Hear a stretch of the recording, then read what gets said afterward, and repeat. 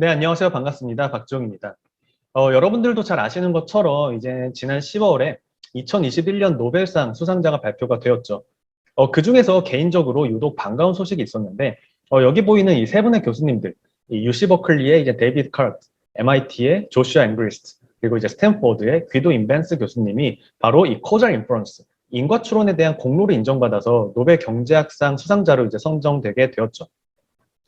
그동안 이론적인 기여를 더 중시해 왔었던 어떤 노벨상 선정 기준을 고려를 해봤을 때 어떤 데이터 분석에 기반한 이 실증 연구의 공로를 인정한 건 어떻게 보면 이례적이라고 볼 수 있을 텐데 사실 2년 전에도 이 비슷한 공로로 노벨 경제학상을 수상을 한 사례가 있어요. 바로 이 빈곤 퇴치 연구에 대한 어떤 실험 연구가 이제 노벨 경제학상의 어떤 공로로 인정을 받았는데 이런 걸 보면은 특히 이제 최근에 이 비단 이론 연구뿐만 아니고 어떤 데이터 분석을 통해서 현실 문제 해결에 대한 어떤 이런 연구의 중요성도 점점 더 커지고 있지 않나 생각을 합니다. 노벨상 발표 시즌마다 이제 언론에서 앞다투어서 이제 수상 소식을 전하곤 하는데, 사실 정작 이 수상자들이 어떤 공로로 이런 상을 수상하게 됐는지에 대해서는 깊이 있게 조명이 이루어지고 있는 것 같지 않아요. 그래도 명색이 인과 추론을 다루는 채널인데, 우리가 이제 이런 인과 추론에 대한 어떤 노벨상의 공로에 대해서 다루지 않을 수 없겠죠. 그래서 인과추론 연구읽기 두 번째 시리즈로서 2021 노벨 경제학상 수상자들의 인과추론 연구에 대해서 좀 더 심도 있게 다뤄보도록 하겠습니다. 오늘 다룰 내용들은 대부분 이 노벨상 선정 이유에 관한 보고서를 참고했어요. 이 46페이지에 이제 꽤 긴 글인데, 여러분들은 아마 이 보고서를 직접 찾아보실 만한 시간이 없으실 거기 때문에 이 연구자들의 연구 공로에 대해서 상세히 다룬 이 보고서의 내용들을 조금 더 이해하기 쉽게 연구 사례들 중심으로 해서 설명을 드려볼까 합니다. 노벨상 선정 이유를 한마디로 요약하면 이 인과관계를 추론하기 위한 이 디자인 베이스드 어프로치에 관한 공로라고 할 수 있어요. 특히 이 현실 세계에서 이 실험이 불가능한 상황에서 이 랜더마이즈 익스페리먼트를 모방하는 어떤 리서치 디자인, 연구 디자인을 체계적으로 확립함으로써 인과추론 연구에 기여했다는 점을 인정했다라고 볼 수 있겠죠. 그러면 이러한 연구 공로에 대한 어떤 대표적인 키워드들을 중심으로 한번 하나씩 자세히 살펴보도록 하겠습니다. 첫 번째 키워드는 바로 이 자연 실험, 내추럴 익스페리먼트예요. 앞서 설명드린 대로 인과관계를 추론하기 위해서 가장 효과적인 방법은 이 랜덤화 실험일 텐데 현실에서는 사실 이런 실험 자체가 불가능한 경우가 훨씬 더 많겠죠. 그래서 그때 고려할 수 있는 게 바로 이 자연 실험, 내추럴 익스페리먼트예요. 쉽게 말하자면 어떤 자연적으로 발생하는 사건이나 어떤 상황을 잘 활용해서 비록 직접 실험을 하진 못하지만 이런 랜덤화 실험과 유사한 상황을 만들어서 분석을 함으로써 인과관계를 추론하고자 하는 접근을 자연 실험이라고 불러요. 그리고 좀 더 광범위하게 실제 실험은 아니지만 실험과 유사하다라고 해서 이 준실험, 이 쿼자이 익스페리먼트라고 부르기도 해요. 자, 그럼 이 세 분의 교수님들이 이런 자연 실험의 창시자냐? 사실 그건 아니에요. 이런 자연 실험의 역사는 사실 100년이 넘을 정도로 굉장히 오래되는데 비록 이 세 분의 교수님들이 이런 내추럴 익스페리먼트의 어떤 선구자들이긴 하지만 이런 자연 실험을 좀 잘했다는 공로만으로 과연 노벨상을 받을 정도의 어떤 공로인가 싶은 분들도 분명히 계실 거라고 생각을 해요. 그래서 저는 이분들의 어떤 인과 추론에 있어서의 어떤 연구 공로를 제대로 이해하기 위해서는 이러한 자연 실험이 주목받게 된 어떤 배경에 대해서 좀 더 이해할 필요가 있지 않을까 생각을 합니다. 그게 바로 이제 두 번째 키워드로 연결되는데 바로 신뢰성 혁명, 이 credibility revolution이에요. 이 신뢰성 혁명이라는 용어가 좀 낯설게 느껴지실 수도 있을 텐데 사실 이 말이 나오게 된 배경이 바로 이 노벨상 수상자 중 한 분이 이 조슈아 앵그리스트 교수님이 2010년에 썼던 논문이에요. 이 논문은 약 30년 전에 나온 논문에 대한 어떤 응답이라고 볼 수 있는데 1983년에 이제 최고 권위를 가진 이 경제학 저널 중 하나죠. 이 American Economic Review에 이제 Let's Take the Con Out of Econometrics라는 제목의 논문이 발표가 됐어요. 여기서 이 콘이라고 하는 거는 우리가 흔히 이제 장점과 단점 얘기할 때 이제 pros and cons라고 얘기하잖아요. 그래서 콘이라고 하면은 뭐 약점, 뭐 속임수, 뭐 사기, 뭐 약간 이런 뜻을 가지고 있는데 한마디로 이 데이터 분석을 통해서 어떤 경제 현상을 연구하는 학문인 이 계량경제학, 이코노메트릭스에서의 어떤 약점, 뭐 속임수 이런 걸 없애자는 어떤 제언이 담긴 어떤 논문 제목이라고 볼 수 있겠죠. 그리고 이제 많은 경제학자들이 굉장히 이러한 비판에 동조를 했죠. 특히 이 논문에서 이제 이 UCLA의 이제 에드워드 리머 교수님은 이 여러 통계 모델들을 데이터에 이제 피팅시키고 그 중에서 이제 가장 좋은 모델을 이제 선택하는 어떤 데이터 분석 관행에 대해서 비판을 했어요. 왜냐하면 그 분석 결과가 굉장히 민감하고 센시티브하기 때문이죠. 인과추론 관점에서 뭐 재해석을 해보자면 이런 모델 피팅 어프로치는 인과관계를 신뢰성 있게 분석하기 쉽지 않다라는 의미일 거예요. 왜냐하면 이 데이터의 모델을 어떻게 피팅시키느냐에 따라서 결과가 달라질 수 있기 때문이죠.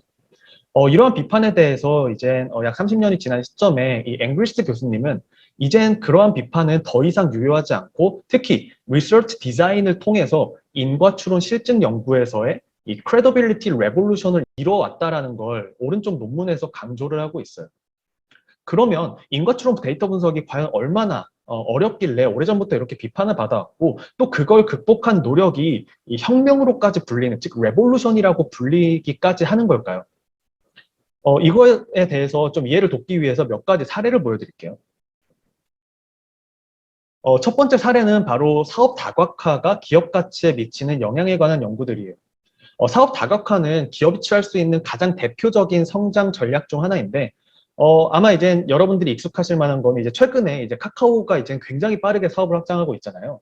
그래서 카카오도 어떻게 보면은 이런 사업 다각화에 지금 몰두하고 있는 셈이죠. 그럼 카카오는 왜 이렇게 사업을 다각화하고 있는 걸까요? 물론 여러 가지 이유들이 있겠지만 궁극적으로는 기업 가치를 높이기 위한 걸 거예요. 그렇죠? 그런데 이제 1980년대부터 시작해서 수많은 연구들이 여러 가지 다른 종류의 데이터를 바탕으로 해서 다각화와 기업 가치 간의 음해 관계가 있다는 것을 데이터 분석을 통해서 보여줬어요. 즉, 다각화를 하면 기업 가치가 낮아질 수 있다는 걸 암시하고 있죠. 조금 아이러니하죠. 그렇죠? 근데 여러 이제 또 후속 연구들에서는 이러한 결과가 다각화에 영향을 주는 어떤 내생적인 요인과 어떤 선택 편향을 제대로 고려하지 못해서 나온 어떤 상관관계에 불과하고 이러한 어떤 선택 편향을 고려해서 인과추론을 했더니 다각화는 오히려 기업 가치를 높이더라는 어떤 반대의 결과를 보여줬어요. 이런 사례는 인과관계에 대한 깊이 있는 고찰 없는 단순한 데이터 분석은 우리의 어떤 의사결정에 있어서 정반대의 결론을 도출하게 될지도 모른다는 걸 단적으로 보여주고 있죠. 두 번째 사례는 이제 종교가 경제 성장에 미치는 영향에 관한 어떤 실증 분석 연구인데 왼쪽 논문은 우리가 이제 흔히 어떤 네오클래시컬 이 신고전주의 거시경제학의 어떤 창시자 중 한 명이라고 평가받는 이제 하버드 대학교의 이제 로버트 베로 교수님이 쓴 논문이에요. 이 논문에서는 이제 국민들의 어떤 종교 참여 활동이 이 경제 성장에 긍정적인 영향을 준다라는 걸 데이터 분석을 통해서 보여주고 있어요. 그런데 당시 이 프린스턴 대학교의 이제 박사과정 학생이었던 이제 크리스토벌 영 교수님이 이런 분석 결과에 대해서 하나하나 반박을 했는데 쉽게 말하면 이 통계 분석 모형의 어떤 작은 변화에도 데이터 분석 결과가 매우 민감하게 바뀐다라고 주장을 했어요. 좀 더 구체적으로 보면 뒤에서 좀 더 자세히 살펴보겠지만 이 인스트루먼트 베리어블, 즉 도구 변수의 활용이 잘못됐고 또 결과가 어떤 분석 시기나 분석 국가 들에 따라서 매우 다르다라는 것도 보이고 있어요. 그래서 이러한 사례는 이 데이터 분석 결과가 어떤 데이터의 특성이라든지 혹은 통계 분석 모형에 따라서 얼마나 민감하게 달라질 수 있는지를 보여주는 대표적인 사례 중 하나가 아닐까 생각을 합니다. 실제로 같은 데이터를 가지고 있다고 하더라도 연구자로서는 또 데이터 분석가로서는 여러 가지 분석 모형을 고려할 수 있고 그 중에서 우리는 이제 일부만 논문에 담게 되죠. 사실 우리가 이제 회귀 분석을 생각을 해봤을 때 가장 대표적인 어떤 분석 모형을 달리할 수 있는 방법이 바로 통제 변수의 활용이에요. 즉 어떤 통제 변수를 어떻게 포함하느냐에 따라서 이 통계 분석 그리고 회귀 분석의 결과가 달라질 수 있다는 의미죠.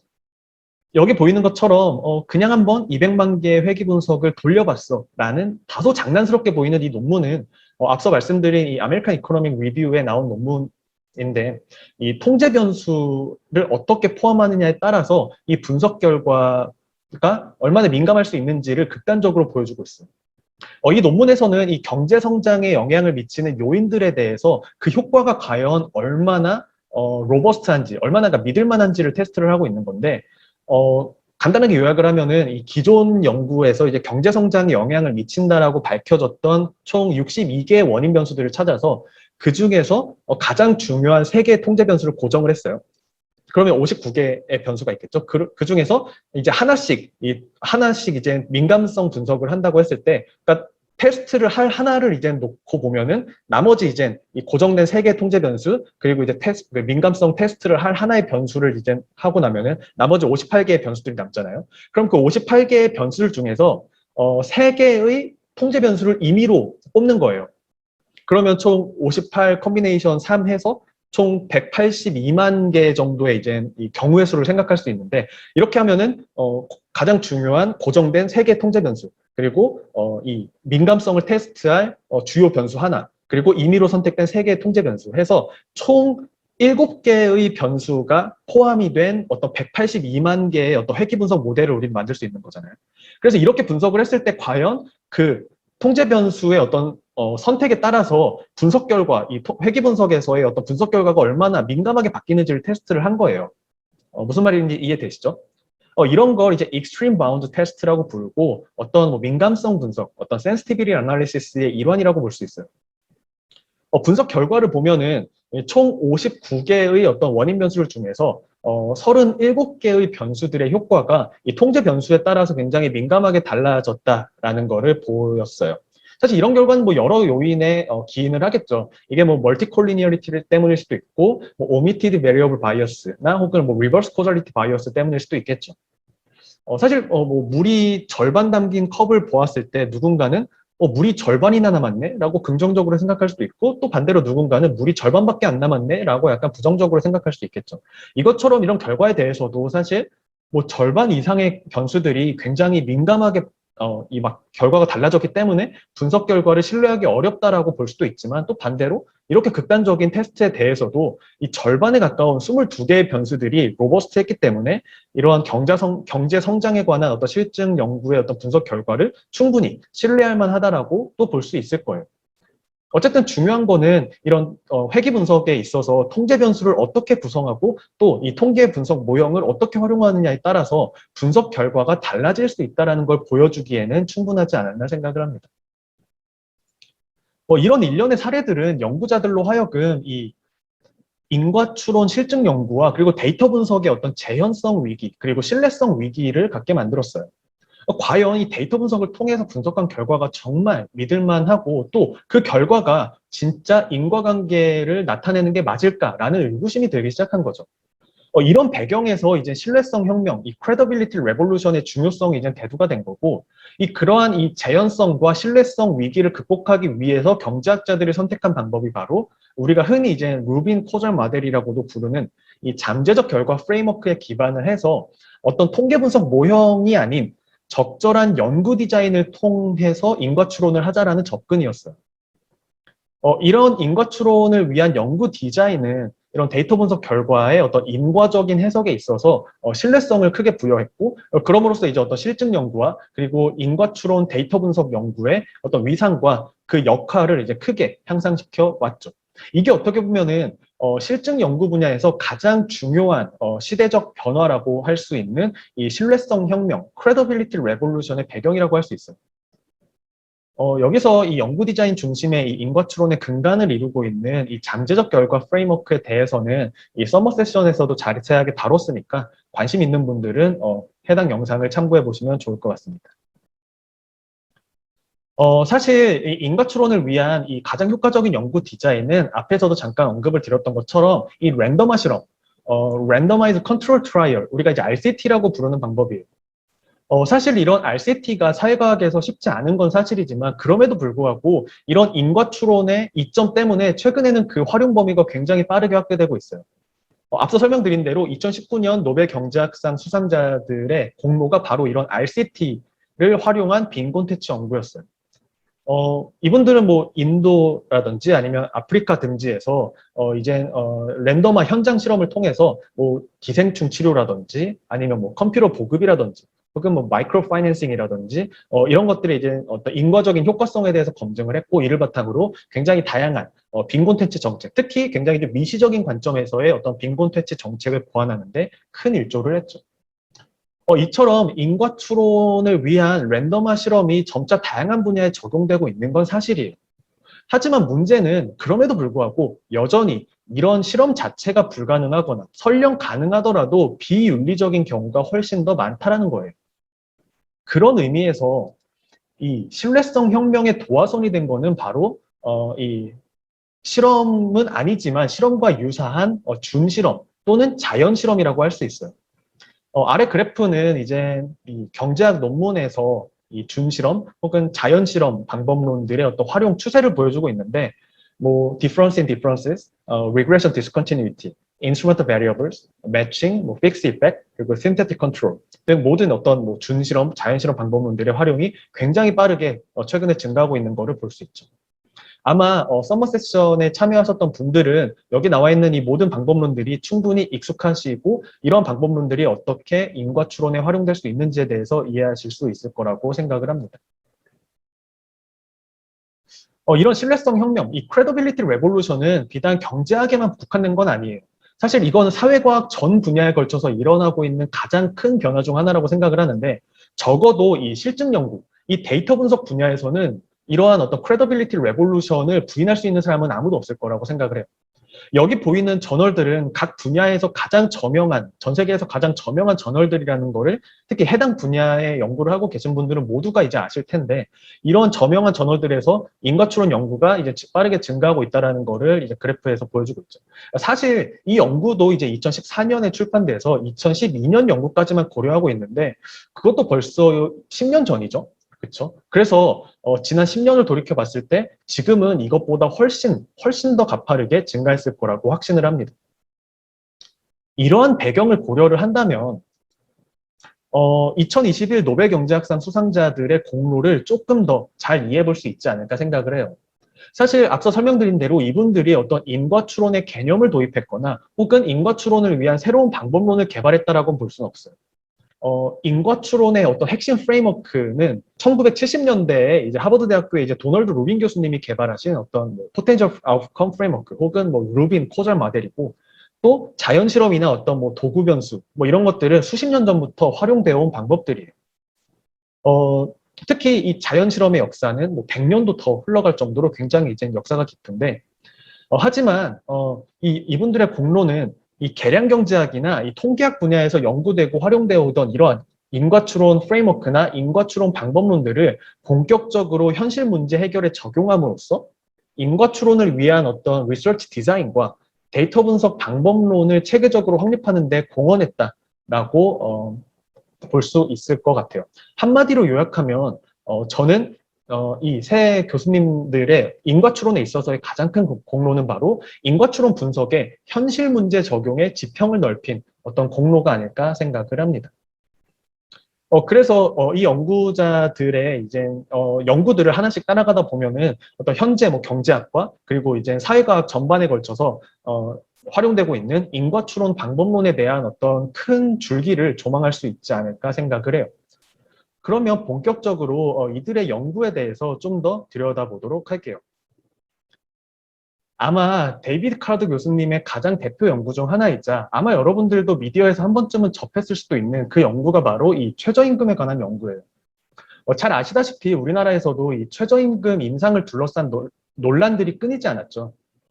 사실 일반적으로 경제학 이론에 따르면 이 최저임금 인상이 고용 감소로 이어진다는 게 중론이었어요. 그러한 통념에 처음으로 반기를 든 게 바로 이 유명한 이 논문인데, 여기서는 이 미국의 이제 뉴저지에서 1992년에 최저임금이 4.24달러에서 5.05달러로 증가한 이런 상황을 활용해서 이 최저임금 증가가 고용에 미치는 효과를 분석을 했어요. 이 잠재적 결과 관점에서 보자면 이 뉴저지에서의 어떤 최저임금 인상 후에 있었던 고용률과 만약 그 뉴저지에서 최저임금이 인상되지 않았다면 있었을 잠재적 고용률 간의 차이를 통해서 최저임금 인상이 고용률에 미치는 인과적인 효과를 추정할 수 있었을 거예요. 여기서 이런 잠재적 결과를 우리는 counterfactual, 반사실이라고 불러요. 근데 문제는 이러한 카운터팩추얼, 반사실을 현실에서는 결코 관찰할 수 없죠. 이걸 우리는 인과 추론의 근본적인 문제, 이 fundamental problem of causal inference라고 얘기를 해요. 그래서 결국 이 자연 실험의 기본 아이디어가 뭐냐? 바로 현실에서 관찰할 수 없는 이 반사실을 대신할 수 있는 비교 가능한 대상을 찾자는 거예요. 즉, 마치 이 반사실처럼 이 최저임금이 인상되었다는 사실을 제외하고는 모든 면에서 뉴저지와 비슷해서 그 뉴저지에서의 고용률의 변화와 비교 가능한 대상을 찾자라는 거죠. 그래서 이 저자들이 낸 아이디어가 바로 이 뉴저지와 인접해 있는 이 펜실베니아에서 특히 이 펜실베니아 경계에 있는 이 패스트푸드 가게들을 서로 이제 비교를 했는데 이 서로 지리적으로 인접해 있기 때문에 어떤 동네나 주민들의 특성도 유사했고 뭐 지리적인 요인도 유사했죠. 하지만 이 법적인 경계로 인해서 이 뉴저지에서의 패스트푸드점에서는 이제 최저임금이 인상이 되었고 이 펜실베니아에서의 이 패스트푸드점에서는 최저임금이 인상되지 않았죠. 서로 인접해 있음에도 불구하고 말이죠. 그래서 이렇게 실제로 우리가 이제 실험을 한 건 아니지만 마치 실험을 한 것과 유사하게 최저임금 인상에 영향을 받은 어떤 뉴저지라는 이 트리트먼트 그룹과 그것에 영향을 받지 않은 뉴저지에 인접한 펜실베니아라는 이 컨트롤 그룹이 나뉘는 상황이 발생을 한 거죠. 이러한 연구 디자인을 우리가 이제 자연 실험이라고 부르는 거예요. 분석 결과를 보면은 오른쪽 그래프에서 보시는 것처럼 이 뉴저지에서의 최저임금이 인상되었음에도 불구하고 인접해 있는 펜실베니아와 비교했을 때 고용률의 변화가 거의 없었고 결국 이 최저임금 인상이 반드시 고용 감소로 이어지는 것은 아니다라는 결론을 내리고 있어요. 이 연구는 이 최저임금과 고용이라는 현실에서 굉장히 중요한 어떤 문제 해결을 하는 데 있어서 이 자연 실험이라는 이런 상황을 굉장히 극적으로 활용한 사례이고 특히 이 현실에서의 데이터는 이 경제학 이론과는 다를 수 있다는 걸 뒷받침하는 근거로 가장 많이 인용되는 연구 중 하나가 아닐까 생각을 합니다. 이 데이비드 카르트 교수님의 또 다른 굉장히 유명한 자연실험 사례는 바로 이민자에 관한 연구인데요. 이 이민자와 난민 문제는 사실 전 세계에서 가장 큰 화두 중 하나죠. 물론 오래전이긴 하지만 이 미국과 쿠바 사이에 굉장히 중요한 어떤 사건이 있었는데 이 1980년에 약 이제 12만 명의 이제 쿠바인들이 이제 피델 카스트로의 어떤 사회주의를 피해서 미국으로 탈출한 사건을 이제 마리엘 보트 리프트라고 불러요. 이 사건으로 인해서 이제 미국 마이애미에 예상치 못한 대규모의 이민자들이 유입이 되었고 이게 이제 어떻게 보면 자연 실험의 상황을 연출하게 된 거죠. 그래서 앞에 살펴본 것처럼 이러한 이민자 유입이 과연 그 자국민들의 일자리를 뺏어가는지를 분석하기 위해서는 이 잠재적 결과 관점에서 보면은 마이애미에서 마리엘 보트리프트 이후의 고용률과 만약 그 마이애미에서 그러한 사건이 없었다면 있었을 잠재적 고용률, 즉 이 반사실과 비교함으로써 그러한 인과적 효과를 분석할 수 있겠죠. 하지만 역사에는 만약이라는 가정은 존재할 수 없기 때문에 이러한 반사실은 현실에서는 관찰 가능하지 않죠. 그래서 자연 실험의 핵심은 바로 이러한 반사실을 대신할 수 있는 비교 가능한 대상을 찾아서 비교 분석하자라는 거였죠. 그래서 이 연구에서는 이 마리엘 보트리프트의 영향을 전혀 받지 않았지만 이 사회 경제적인 측면에서는 마이애미와 굉장히 유사한 애틀란타와 휴스턴 그리고 로스앤젤레스 그리고 템파를 비교 대상으로 해서 고용률의 변화를 비교 분석했고 결국 이민자 유입이 이 자국민 고용률을 낮추지 않는다라는 결론을 내렸어요. 앞선 논문과 이 논문 모두 자연 실험의 가장 대표적인 사례 중 하나인데 만약 우리가 이런 자연 실험이 없었다면은 우리는 어떤 특정 도시에서의 이민자의 숫자와 고용률의 관계를 비교할 수밖에 없었을 거예요. 그런데 이민자가 어떤 특정 도시에 몰리게 된 건 분명히 어떤 다른 요인들이 있었겠죠. 그래서 이민자가 많은 도시와 이민자가 많지 않은 도시를 비교한다고 했을 때 그 도시들은 이민자의 숫자가 다르다는 사실 이외에도 서로 다른 점들이 굉장히 많을 거예요. 그래서 그들에서 어떤 고용률의 차이가 나는 게 진짜 이민자가 미치는 어떤 인과적인 효과인지 아니면 다른 요인에 의해서 발생한 어떤 선택 편향인지를 우리는 갈라내기 쉽지 않겠죠. 그렇죠?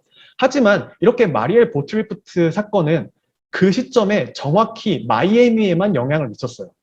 그리고 다른 도시에는 전혀 영향을 미치지 않았죠. 적어도 다른 주에 있는 도시들은 당연히 영향을 받지 않았겠죠. 단기적으로는 적어도. 그래서 마치 실험과 유사한 조건이 만들어졌는데 이 사건, 마리엘 보트리프트 사건이 영향을 받은 이 마이애미라는 트리트먼트 그룹과 영향을 받지 않았지만 마이애미와 유사한 어떤 컨트롤 그룹을 나눌 수 있는 어떤 자연 실험을 우리가 구성할 수 있고 이를 통해서 합리적으로 인과관계를 추론할 수 있었던 거죠. 제가 여기서 한 가지 강조드리고 싶은 부분은 제가 지금 이 인과 추론을 설명드리는 데 있어서 어디에도 복잡한 수식이나 혹은 뭐 빅데이터 뭐 이런 것들을 찾아볼 수 없었죠. 이런 것들에 대해서 얘기하지 않았어요. 그래서 여기서 우리는 인과 추론을 위해서 가장 중요한 건 바로 이런 마리엘 보트리프트 사건과 같이 어떤 현실에서 일어난 어떤 적절한 상황을 잘 활용을 해서 그것에 영향을 받은 집단과 영향을 받지 않은 집단을 효과적으로 구성할 수 있는 어떤 연구 디자인이 바로 이런 인과 추론에 있어서 가장 중요하다라는 거를 이러한 연구 사례를 통해서 되새겨볼 필요가 있지 않을까 생각을 합니다. 이런 데이비드 카드 교수님을 비롯한 초창기의 이제 자연 실험의 선구자들이 이런 일련의 연구들을 통해서 이제 이러한 자연 실험이 현실 문제에서의 인과관계를 합리적으로 추론하는 데 있어서 강력한 힘을 발휘한다라는 거를 이제 보여줬고 많은 연구자들이 이제 이 자연 실험의 힘을 깨닫고 이런 방법이 본격적으로 이제 경제학과 사회과학 전 분야에 이제 확산되는 계기가 되었죠. 즉, credibility revolution의 어떤 방아쇠를 당긴 어떤 연구라고 평가할 수 있겠죠. 동시에 이런 이제 자연 실험의 연구가 이제 많이 되면서 이런 자연 실험을 인과관계로 추론을 할 때 있어서 어떤 점에 유의해야 하고 어떤 가정이 성립해야 되는지에 대해서도 체계적으로 그러니까 정리가 되고 확립되기 시작했던 것도 이런 시기와 맞물려 있다라고 할 수 있어요.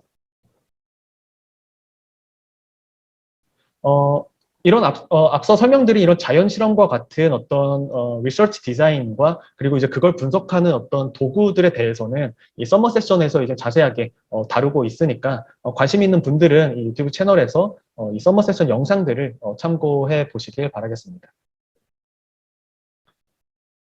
자, 지금까지 자연 실험에 대해서 얘기를 했는데 사실 자연 실험 이외에도 인과 추론을 위한 주요 도구로서 우리는 이 도구 변수, 인스트루먼털 베리어블을 빼놓을 수 없을 거예요. 도구 변수는 쉽게 말해서 이 원인 변수와 상관성을 갖지만 이 원인 변수를 제외하고 결과 변수에 영향을 줄 수 있는 다른 어떤 요인들과는 모두 독립적인 어떤 그런 변수를 말해요. 여기서 제가 이제 통계적인 개념에 대해서 자세하게 다루진 않겠지만 한마디로 요약하면은 이 결과 변수에 영향을 주는 어떤 다른 요인들과 상관관계가 없다는 조건을 우리는 외생성이라고 불러요. 그 반대는 내생성이겠죠. 그래서 이런 외생적인 원인 변수에 대해서만 우리는 인과관계를 추론할 수 있는데 일반적으로 실험을 통해서 이 원인 변수를 무작위로 랜덤하게 배정하지 않는 이상 이런 원인 변수들은 다른 요인들과 상관관계가 있을 수밖에 없고 그렇기 때문에 이런 내생적인 부분과 외생적인 부분을 모두 포함하고 있겠죠. 그래서 우리가 이제 어떤 실험적 접근 없이는 이 내생성 문제 때문에 인과관계를 제대로 추정할 수 없다. 이 정도만 기억을 해도 이 영상에서 다루는 내용을 이해하는 데 무리가 없지 않을까 생각을 합니다. 그러면 이런 상황에서 도구 변수의 역할이 뭐냐? 바로 이 도구 변수를 활용해서 원인 변수 중에서 오차항과 관련되지 않은 이 외생적인 부분만을 추정한 후에 이 외생적인 부분만을 별도로 활용해서 인과관계를 추론하고자 하는 게 바로 이 도구 변수를 활용한 이 투스테이지 리스트 스퀘어스 방법이라고 볼 수 있어요. 원리 자체는 간단하죠. 그런데 혹시 여러분들은 이런 생각 해보신 적 없으신가요? 이런 도구 변수가 외생적인 부분을 활용한다는 것까지는 충분히 이해하겠는데 이게 과연 앞서 언급했던 자연 실험하고 무슨 상관이 있을까요? 이 도구 변수가 정말 인과관계를 추론하는데 적절한 도구일까요? 사실 저는 개인적으로 이 도구 변수와 그리고 인과 추론을 공부할 때 이게 가장 의문이었어요. 왜냐하면 앞서 살펴본 이 잠재적 결과 프레임워크나 혹은 뭐 랜더마이즈 익스페리먼트 혹은 뭐 자연 실험, 내추럴 익스페리먼트 이런 방법론들은 인과관계가 굉장히 명확하게 정의가 되고 또 그런 인과관계를 추론하기 위해서 어떤 리서치 디자인이 필요한지가 굉장히 명확하잖아요. 그런데 그에 비해서 이 도구 변수는 인과관계가 그렇게 명확하게 정의되지 않아요. 사실 도구 변수의 역사는 굉장히 길어요. 수십 년이 되고 거의 100년 가까이 될 정도로 굉장히 긴데 여기에 보시는 것처럼 도구 변수는 사실 이 비편향적 추정, 우리가 unbiased estimate이라고 부르는 이 비편향적 추정을 위한 어떤 계량 경제적 혹은 통계적 도구로서 인식되어 왔죠. 여러분들이 뭐 통계 시간에 이 회귀 분석에 대해서 배우셨다면 아마 블루라는 말을 들어보셨을 텐데 이 best linear unbiased estimator라는 거죠. 그렇죠? 그래서 쉽게 말해서 이 외생성을 만족하면 통계적으로 이 비편향적 unbiased estimate이 가능하다라는 얘기인데 결국 이 도구 변수 instrumental variable은 그러한 비편향적인 추정을 위한 통계적인 도구라는 거예요. 그렇죠? 그러면 여기까지는 우린 충분히 알겠는데 그런데 이런 비편향적 추정이 인과관계와 무슨 상관이 있고 이건 또 자연실험과 어떤 관계가 있을까요? 제가 생각했을 때 이 조슈아 앵그리스트와 그리고 귀도 인벤스 교수님의 가장 큰 공로는 바로 여기에 있어요. 앞서 인과 추론을 위한 가장 대표적인 접근이 이 잠재적 결과 프레임워크에 기반한 어떤 뭐 랜덤화 실험이나 준실험 혹은 자연실험이라고 말씀을 드렸죠. 또 이 잠재적 결과 프레임워크에서 핵심 개념이 바로 이제 average treatment effect인데 쉽게 말하면 우리가 이제 잠재적 결과 또는 이 반사실 counterfactual은 관찰 불가능하잖아요. 그래서 우리는 이 한 명 한 명 이 개인에 대해서는 잠재적 결과를 관찰할 방법이 없기 때문에 individual treatment effect는 구할 수가 없어요, 현실에서.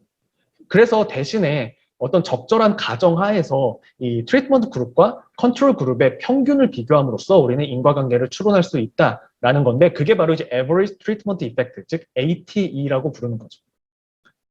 그런데 이 앵그리스트와 이제 인벤스 교수님은 이 도구 변수도 이러한 잠재적 결과 프레임워크로 이해할 수 있다라는 것을 보이면서 궁극적으로 이런 도구 변수를 이 잠재적 결과 프레임워크에 통합하는데 결정적인 역할을 했다라고 볼 수 있어요. 지금 이 아래에 나와 있는 이 두 논문을 통해서 말이죠. 이렇게 잠재적 결과 관점에서 도구 변수를 이해하는 것의 이점은 크게 보면은 이제 세 가지라고 볼 수 있는데 첫 번째는 이 도구 변수가 인과적 효과로 해석되기 위한 어떤 조건을 명확하게 하는데 큰 일조를 했다라고 볼 수 있어요. 사실 앞서 이제 통계적인 관점에서 도구 변수를 보면은 이 도구 변수의 가정이 대부분 이 눈에 보이지 않는 오차함과 관련이 있었죠. 그렇기 때문에 이 오차함과 관련된 조건들은 다소 추상적일 수밖에 없어요.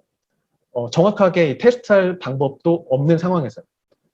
하지만 이 앵그리스트와 이제 인벤스 교수님은 이 잠재적 결과 관점에서 이 도구 변수는 아래와 같은 5가지 조건이 충족되어야 인과적인 효과로 해석할 수 있다는 것을 증명을 했고 물론 이런 조건들도 모두 통계적으로 검증 가능한 건 아니에요. 하지만 적어도 어떤 실체가 있고 또 논리적인 방법으로 이러한 도구 변수의 적절성에 대해서 평가할 수 있는 어떤 명확한 어떤 틀을 제시했다라는데 큰 의의가 있다라고 볼 수 있겠죠. 이러한 노력을 통해서 좀 더 투명하고 좀 더 신뢰성 있는 어떤 도구 변수의 활용에 어떤 결정적인 역할을 했다라고 볼 수 있겠죠. 그리고 두 번째는 우리가 앞서 이제 뉴저지에서의 어떤 최저임금 상승이나 혹은 이 마이애미에서의 어떤 마리엘 보트리프트 사건 같이 이 자연 실험에서는 어떤 이런 외생적 사건이나 어떤 외생적인 어떤 상황, 조건에 의해서 이 트리트먼트 그룹과 컨트롤 그룹이 나뉜다라고 설명을 드렸었잖아요. 이런 거를 우리가 이제 트리트먼트 어사인먼트, 처치 배정이라고 불러요. 그래서 이 랜덤화 실험에서는 이런 랜덤하게 이런 트리트먼트가 어사인이 되겠죠. 그런데 도구 변수도 이러한 트리트먼트 어사인먼트 메커니즘 중 하나라는 걸 체계화함으로써 결과적으로 이 도구 변수도 하나의 자연 실험이라는 걸 명확하게 했다라는데 두 번째 의의가 있다고 볼 수 있어요. 즉, 이 도구 변수가 이 도구 변수에 의해서 유도되는, 인듀스 되는 트리트먼트에 대한 효과를 추정하는 어떤 인과 추론의 수단이라는 거를 이제 증명을 했죠. 여기서 이렇게 이 도구 변수에 의해서 유도되는 트리트먼트의 효과라는 걸 떠올려 봤을 때 여기서 중요한 거는 이 도구 변수의 추정치가 전체 집단에 대한 average treatment effect가 아니고 도구 변수에 의해 유도되는 트리트먼트의 영향을 받는 사람들에 대한 효과인 local average treatment effect, 즉 RATE라는 거를 처음으로 밝혔다는 게 세 번째 의의라고 할 수 있어요. 우리가 이제 도구 변수에 의해서 이 트리트먼트가 유도된다고 했을 때 이 잠재적 결과 관점에서 생각해 보면은 뭐 편의상 도구 변수가 0 또는 1의 값만 갖는다고 가정을 하면 만약 도구 변수 값이 0일 때 트리트먼트를 받을지 말지에 대한 어떤 잠재적 결과도 있을 거고, 만약 도구 변수 값이 1일 때 트리트먼트를 받을지 받지 않을지에 대한 잠재적 결과도 있겠죠. 이러한 잠재적 결과에 따라서 우리는 이 연구 대상의 유형을 크게 네 가지로 나눌 수 있어요. 이 도구 변수의 값이 변하던 말던 그냥 항상 트리트먼트를 받거나 혹은 반대로 항상 트리트먼트를 받지 않을 사람들은 우리는 always takers 그리고 never takers라고 불러요. 반면에 이 도구 변수가 1이면은 트리트먼트를 받고 만약에 0이었다면은 받지 않았을 사람들, 이런 사람들을 이제 수능자라고 해서 뭐 compliers라고 부르죠. 반대로 그것에 반대로 행동하는 어떤 청개구리 같은 사람들이 있는데 그런 사람들이 이제 defiers라고 불러요. 사실 이런 개념은 모두 잠재적 결과로 해석하지 않고는 나올 수 없는 개념들이기 때문에 사실 그동안은 이런 유형에 대해서 이 도구 변수를 활용하는 데 있어서 크게 고려하지 않았어요. 그런데 이제 앞서 이 도구 변수의 역할이 이 도구 변수에 의해서 유도되는, induce 되는 트리트먼트의 효과를 추정한다고 했잖아요. 그러니까 사실 이 도구 변수에 의해 유도되지 않는, 그냥 항상 트리트먼트를 받거나 항상 트리트먼트를 받지 않는 always takers나 never takers는 도구 변수 추정에는 전혀 포함되지 않아요. 그냥 관심 대상이 아닌 거예요. 결국 이 도구 변수에 의해서 우리가 추정하는 거는 이 트리트먼트, 도구 변수에 의해서 트리트먼트가 변하는 compliers와 defiers인데 이거를 잠재적 결과 관점에서 인과적인 효과로 해석하기 위해서는 이 트리트먼트를 받았을 때의 결과와 그렇지 않았을 때의 결과를 서로 비교할 수 있어야 된다고 했잖아요. 근데 우리가 이제 실험이 아니기 때문에 트리트먼트를 우리가 직접 배정할 수는 없겠죠. 근데 이 도구 변수 역할이 바로 이 도구 변수를 통해서 간접적으로 이 트리트먼트를 줄지 말지를 유도할 수 있다고 한다면 우리는 이 도구 변수를 통해서 충분히 인과 추론을 할 수가 있겠죠. 도구 변수를 통해서 이 트리트먼트 그룹과 컨트롤 그룹을 간접적으로 이렇게 어사인을 함으로써 말이죠. 결국 이 도구 변수에 의해 이 트리트먼트가 배정되는 이 컴플라이언스에서의 효과가 바로 이 잠재적 결과 관점에서의 인과적 효과라고 해석될 수 있는 부분인데 이런 부분에서 이제 앵그리스트와 이제 엠벤스 교수님은 이 도구 변수의 반대로 움직이는 이 defiers도 있죠. 이런 defiers는 바로 이 compliers에서의 인과적 효과를 상쇄하거나 방해할 수 있다는 걸 증명을 했어요.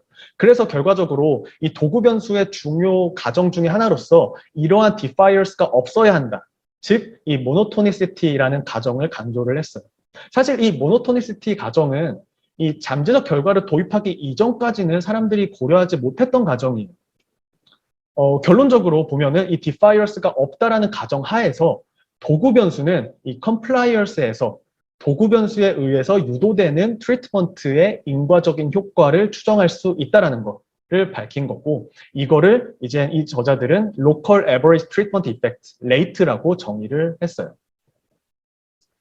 요약을 해보자면 이 앵그리스트와 인벤스 교수님의 가장 큰 공로는 이 기존에 많이 활용되고 있던 이런 도구 변수라는 개념을 어떤 이 잠재적 결과 프레임워크에 통합을 시켰고 또 이 도구 변수가 이 트리트먼트를 유도하는 어떤 트리트먼트 어사이먼트 메커니즘이라는 거를 이제 명확하게 했고 이는 이 컴플라이언스에서의 어떤 인과적인 효과를 추론할 수 있는 도구다라는 거를 증명했다라는 데 가장 큰 공로가 있지 않을까 생각을 합니다. 이를 통해서 우리는 비로소 도구 변수에 대해서 어떤 트리트먼트를 유도하는 어떤 또 다른 어떤 가상의 어떤 준실험 또는 자연 실험으로 이해할 수 있게 된 거겠죠. 이제 왜 도구 변수가 어떤 준실험, 자연 실험으로 중 하나로 불리는지 이해가 좀 되시나요?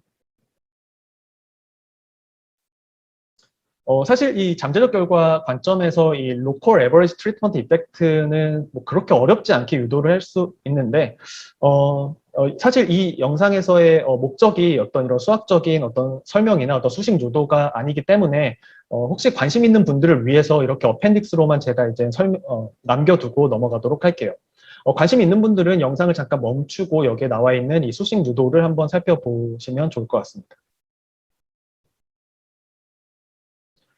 그럼 이러한 도구 변수를 통한 인과추론의 사례를 몇 가지를 한번 살펴볼게요.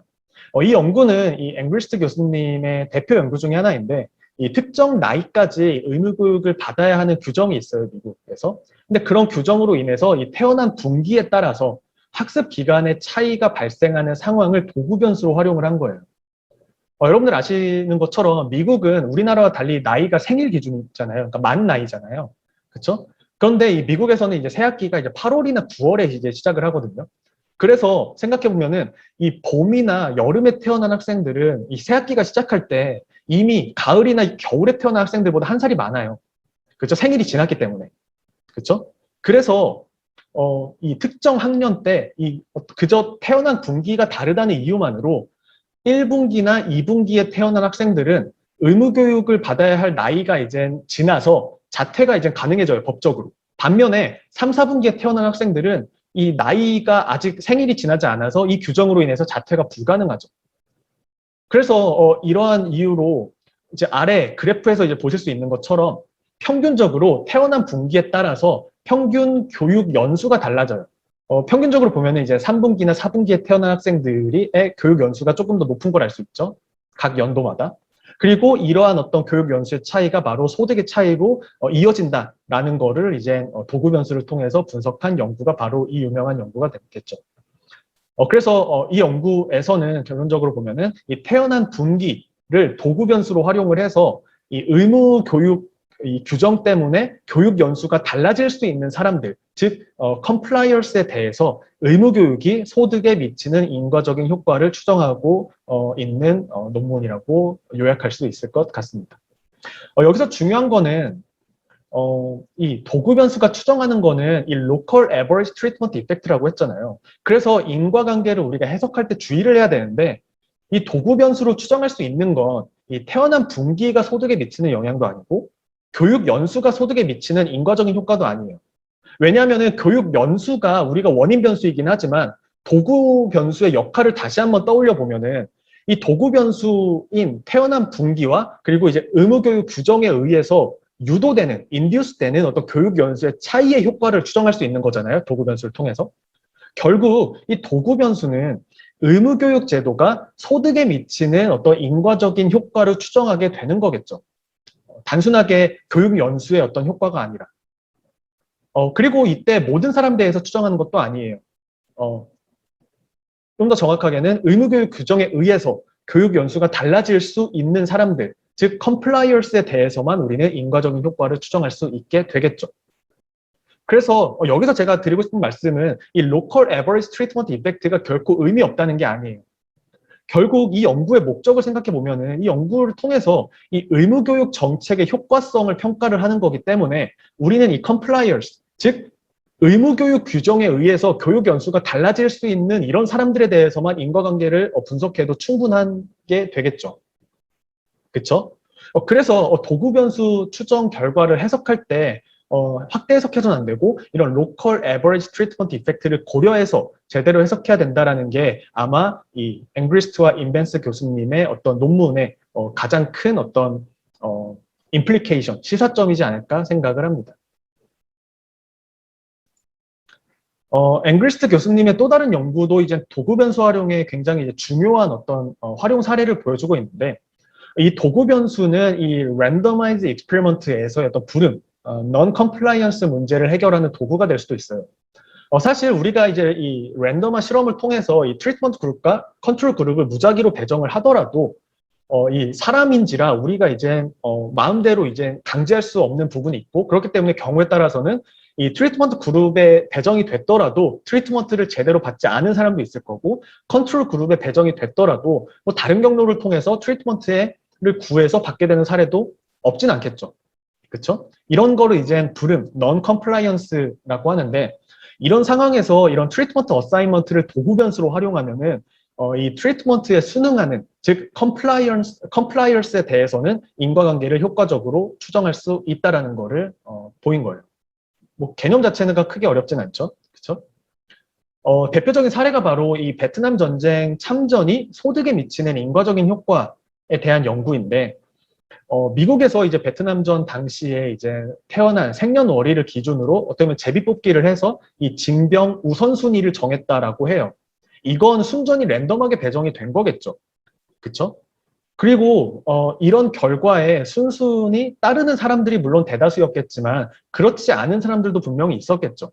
뭐 징병 우선순위에 상관없이 나는 무조건 참전을 할 거다라고 결심한 always takers. 반대로 나는 어떤 경우에도 무조건 참전을 거부할 거라는 never takers.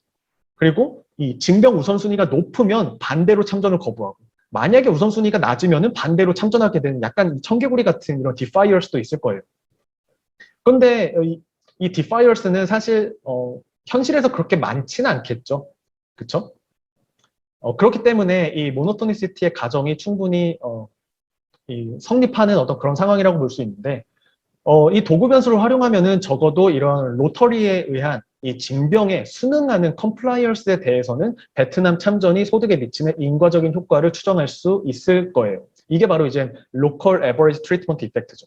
근데 비록 이게 로컬 에버리지 트리트먼트 이펙트이긴 하지만 우리가 이제 참전의 영향을 분석하고 또 이에 대한 어떤 참전 군인에 대한 적절한 보상 정책을 수립하는 게 주 목적이라고 한다면 이런 컴플라이언스에서의 인과관계를 분석하는 것도 충분히 의미가 있겠죠. 또 다른 사례는 이 사회제도가 경제성장에 미치는 영향에 관한 연구인데 이건 어떤 앞서 살펴봤던 두 사례, 이 자연실험과 도구변수 활용에 굉장히 좋은 사례이고 그래서 우리가 이제 인과추론 연구일기의 첫 번째 주제로서 다뤘던 연구예요. 그래서 혹시 관심 있는 분들은 아래 두 영상을 참고를 해 보시고 이 자연실험과 도구변수를 어떻게 굉장히 창의적으로 활용하고 있는지에 대해서 한번 보시기를 추천을 드립니다.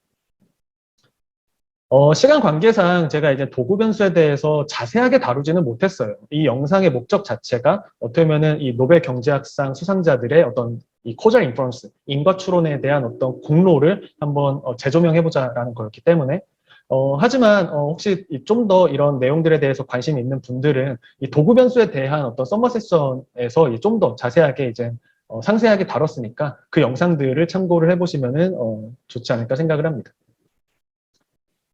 자, 지금까지 노벨 경제학상 수상자들의 연구들을 중심으로 어떤 리서치 디자인이 어떻게 신뢰성 혁명, 이 credibility revolution을 가져왔는지에 대해서 한번 살펴봤어요. 사실 넘어가기에 앞서서 지금까지 연구들에서 사실 절대 빠뜨릴 수 없는 인물이 있는데 바로 이 앨런 크루거 전 프린스턴대 교수님이에요. 앨런 크루거 교수님은 여기에 보이는 이 아까 설명드렸던 이 대표 논문들에서 보시는 것처럼 이 조슈아 앵그리스트나 이제 데이비드 크라우드 교수님과 굉장히 이런 관련된 연구를 굉장히 많이 수행한 어떻게 보면은 이 노벨상 수상의 또 다른 공로자인데 안타깝게도 몇 해 전에 이제 운명을 달리하셨어요. 이게 이제 생존 인물에게만 이제 수여한다는 이런 노벨상의 규정상 이런 수상자 명단에는 빠졌지만 아마 살아 계셨다면은 이번에 노벨 경제학상을 함께 수상했을 거라는 거에 어느 누구도 의심하지 않기 때문에 이렇게 짧게라도 언급할 필요가 있지 않을까 생각을 해서 이렇게 따로 말씀을 드리도록 하겠습니다. 모든 연구들이 사실 완벽할 수는 없겠죠. 그렇죠? 그래서 사실 이런 연구 디자인 중심의 인과추론에 대해서도 여러 비판이 있는 것도 사실이에요. 그래서 이런 노벨상의 어떤 공로에 대해서 그냥 찬양 일생으로 끝내는 것도 좋지만 조금 더 균형 잡힌 시각을 갖기 위해서 어느 정도 한계점에 대해서도 함께 살펴보는 게 의미가 있지 않을까 생각을 합니다. 연구 디자인 중심의 인과추론에 대한 어떤 가장 대표적인 비판이 바로 이 외부 타당성에 대한 비판이에요. 즉, 이 어떤 특정 상황에서의 연구 디자인이 과연 다른 상황에도 적용 가능한지에 대한 의구심이죠. 예를 들어서 앞서 살펴봤던 논문에서 봤던 것처럼 1990년대 초반 뉴저지와 펜실베니아에서의 어떤 패스트푸드 산업에서의 결과를 과연 우리나라 현실에 그대로 적용할 수 있을까요? 다소 회의적일 수밖에 없겠죠. 그래서 이런 그 디자인 중심의 인과추론 연구에서 특히 중요한 건 바로 인과추론 결과에 대한 어떤 종합, 즉 이 메타 아날리시스가 아닐까 생각을 합니다.